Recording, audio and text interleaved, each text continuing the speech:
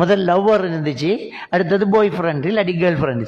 இப்போ ரெண்டுக்கு நடுவால் ஒன்று வந்து க்ரஷ்ஷா.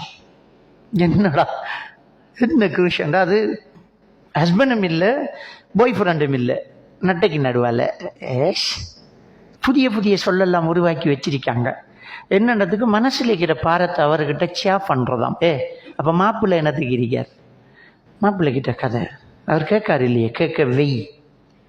ஒன்று இல்லாட்டி அடுத்ததுக்கு ஒரு தீர்வு இருக்குது.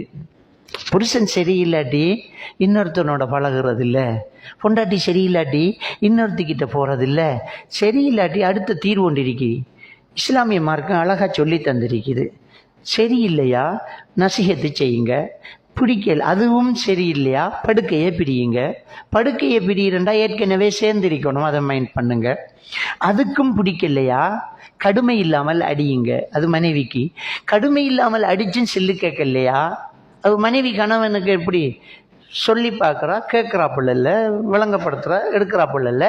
அந்த குடும்பத்தில் நடுநிலையாக தீர்மானம் செய்யக்கூடிய ஒருவரும் இந்த குடும்பத்தில் நடுநிலையாக தீர்மானம் செய்யக்கூடிய ஒருவர். அல்லாஹ் குர்ஆன்ல சொல்லும்போது அவர்கள் சேர்த்து வைக்கணும் என்கிற மனநிலையோடு வரக்கூடியவர்களாக இருக்கணும்.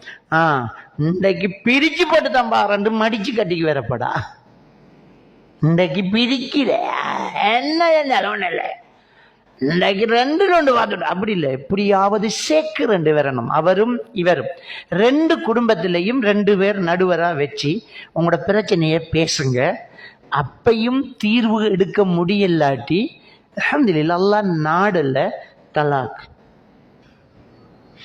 அதுக்கு பிறகு நீங்கள் ஹலாலா இன்னொரு மனைவியை தேடுங்க, நீங்கள் ஹலாலா ஒரு கணவனை தேடுங்க.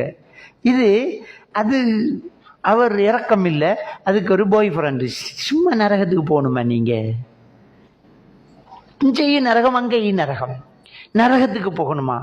அப்போ எல்லாத்துக்கும் ஒரு தீர்வு இருக்குத்தான். அந்த தீர்வை தானே நம்ம எடுக்கணும். இஸ்லாம் சொல்லக்கூடிய வழிமுறையை தானே எடுக்கணும். அப்போ ஒரு இன்றைக்கு நிறைய கேஸ் நடக்குது என்னண்டா, ஹஸ்பண்ட் அண்ட் ஒய்ஃபாக இருக்கிறாங்க, அவருக்கு ஒரு கேர்ள் ஃப்ரெண்டு இவருக்கு ஒரு பாய் ஃப்ரெண்டு அல்லது க்ரஷ், பேசினா பேசிட்டு இருக்கிறாங்க, டைமாக பேசுகிறாங்க. அதுக்கென்று கொஞ்சம் பேர் இருக்கானுகள், அவனுங்களுக்கும் பொண்டாட்டி இருக்கி வச்சு போட்டு இன்னொரு ஆளோட பேசிட்டு இருக்காங்க. காலப்போக்கில் பாம்பாட்டிக்கும் பப்பாட்டி என்று சொல்கிற அளவுக்கு போய்த்து எல்லாருக்கும் எல்லாம் இருக்கி.